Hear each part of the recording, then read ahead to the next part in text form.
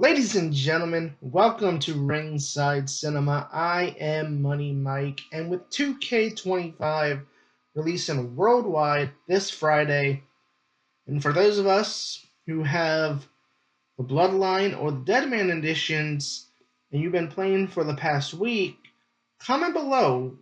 What do you guys think of the game? And was it worth the 1 week early access or not? But today I did want to talk about the season pass, the DLC that is going to be coming out for the game. I do think it's a mix. I think 2K for the most part hit on the DLC this year. I do want to talk about a little bit about the negatives to it, which is the whole celebrity and the NBA stars that are coming with it, because 2K didn't really learn anything from the Pat McAfee pack last year.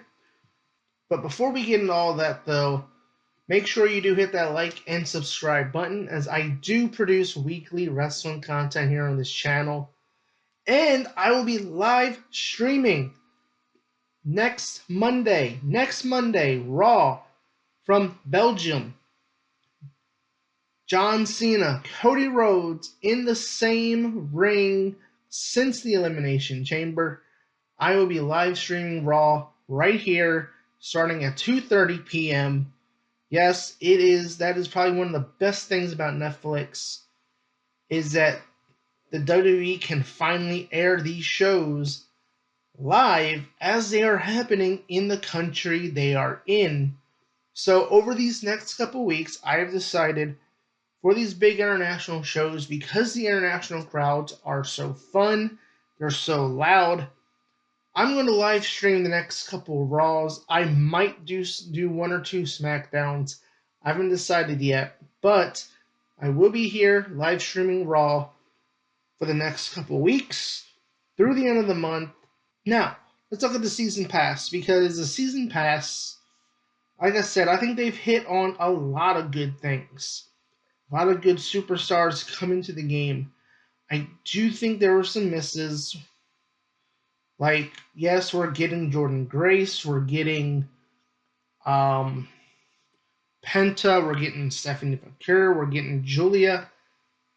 A lot of this DLC season pass is giving us a very updated, up-to-date roster. And that's huge. Like, for a lot of these games in years past, they've usually been out of date. Now, yes, I have downloaded like a Ricky Saints. Obviously he came in way too late. Obviously, if and when Aleister Black does return to the WWE, I'll download him, add him to my universe mode. But for the most part, I think they did good. And I want to talk about the celebrities and the NBA players in a minute. I do want to focus on the good side, on the good things here. So we're getting the Motor City Mission. So the New Wave Pack, May 2025. I wish this was coming out like the week of WrestleMania. The game comes out like a month before WrestleMania, and especially with WrestleMania being later than usual, I really wish they would have had this come out like the week of WrestleMania or the week after WrestleMania. But we have to wait till May. But we get the Motor City Machine Guns, we get Guilia, we get Stephanie, and a special celebrity guest to be announced, which I'll talk about in a minute. Then in June, the Dunk and Destruction pack. We're getting TNA Legend Abyss in a WWE video game. Now, I think for a lot of people, this, a lot of people looked at the TNA and WWE relationship and said that this would be something that would be in the line for like future games.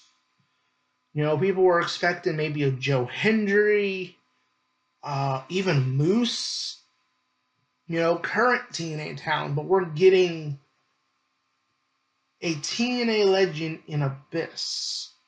That's huge. And I hope that opens up the door for like maybe a retro AJ Styles, retro Bobby Roode. Bobby Roode is a producer. I guess he's retired now, but he's a backstage producer for WWE. We're also getting the great Khali, and then 3 NBA stars to be announced later. And again, I'll come back to that in a second. The Fearless Pack, July 2025. Ladies and gentlemen, we're getting New Jack. Yes, ECW legend New Jack in this game. I mean, that's kind of crazy if you think about it. Then we're getting Jordan Grace, Penta, a women's legend in Bull Nakano, and another special celebrity guest to be announced later. Then in nothing for August, but September. Ladies and gentlemen, we're going back to the Attitude Era. We have D'Lo Brown, Billy Gunn, Road Dogg. That means we're getting the New Age Outlaws. Victoria and Mark Henry. Guys, I think this is the first time that we're going to have all of DX in the game. In a game, or in a WWE game since I don't know how long. But the fact that we're getting Billy Gunn, who is in AEW, man, that gives me hope that a Legend deal can be made with Sting next year, and for that Sting can be in 2K26. He does have a Legends contract with AEW, which is kind of weird to think about because AEW hasn't been around that long. But if Billy Gunn, who is in AEW, can get a contract, can be in this game, then hopefully we can get Sting out of it. But again, another great pack here. Saturday night's main event pack in November, ladies and gentlemen. This might be the only downside is we have to wait for November for all the packs to be released. I don't like this at all because November is only a few months away from 2K26. And at that point, I get it, you want holiday sales, but again, it doesn't feel, just feels weird having the last pack come out just a few months before and you're going to be talking about the new game. It just feels weird. But this pack here, we're getting Jesse Ventura, Mr. Wonderful Paul Orndorff, Tito Santana, Junkyard Dog, and Sid Justice. Huge names. Now, again, I think they've hit perfectly in terms of the wrestlers. It's a good mix of current talent and legends. But let's talk about the celebrities, and let's talk about the NBA players, because they learned nothing from the Pat McAfee pack. Let's be real here, because I don't want this video to go on too long. But look, obviously the WWE is doing everything they can to hype up celebrities every week. And, every week on Raw, it's some random guy that I've never heard of from a random show that I don't watch on Netflix is in the front row on Raw. Now, mind you, we do have Travis Scott. I do expect him to be in the game because of his involvement with The Rock and John Cena.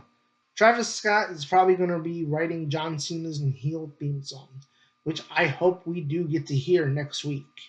Who else, from a celebrity standpoint, should be in a wrestling game? And I think it's only if you're adding people in that have no connection to wrestling or have had no influence on wrestling, what's the point? Like, nobody wants to play with them.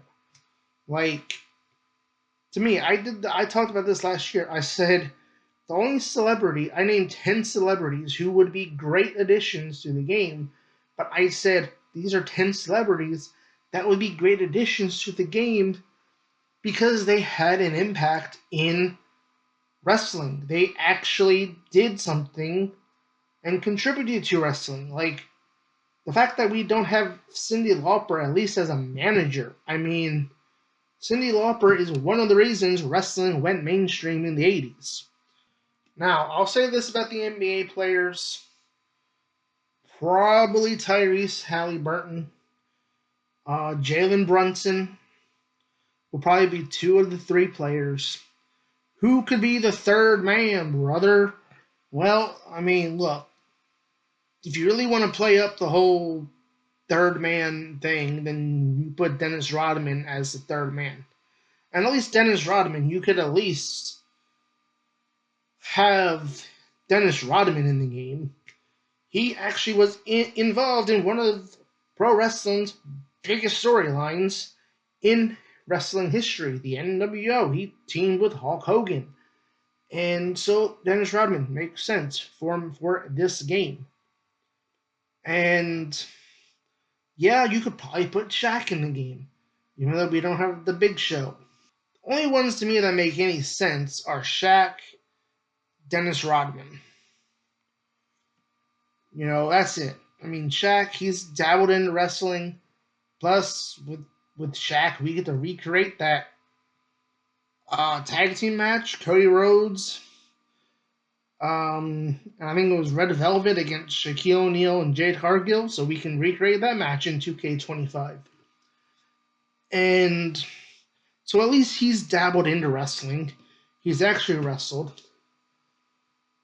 But again, when you have these celebrities taking up spots, and especially when it has come out in recent days here that modders have been able to find that there are wrestlers that have files, but they aren't in the game, and you go, why are they not in the game when they have files and render nameplates, all this other stuff? I think like one was Tori Wilson.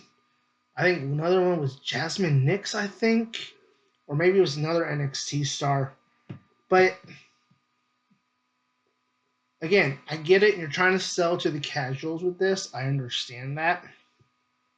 But you're really missing the point with this. I think 2K is really underestimating their WWE audience. Like, they didn't listen to the backlash from the Pat McAfee pack.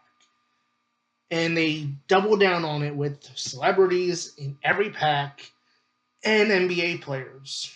And that, to me, is not a good sign. Like, for me, if we're going to include celebrities, at least have them be someone that has done something in wrestling that is notable and worthy of being in a WWE video game. But overall, outside of all of that, I think this pack, the season pass, I think it's worth it. Obviously, if you're an NBA fan, you're a casual, you see celebrities in the game, whoever the celebrities are going to be. I assume one of them, like I said, will probably be Travis Scott. You might buy the game to play as them, maybe not. Like, I don't even know if there's any metrics to say that these celebrity editions actually sell more because people want to play as them. Like, did 2K24 sell more because people wanted to play as Pat McAfee's friends? Like, I don't know. Comment below. Let me know what you guys think. Is the 2K25 Season Pass worth it? Comment below. And again, as always, I've been your host, Money Mike, and you've been watching Ringside Cinema. Wrestling meets the screen. Ringside.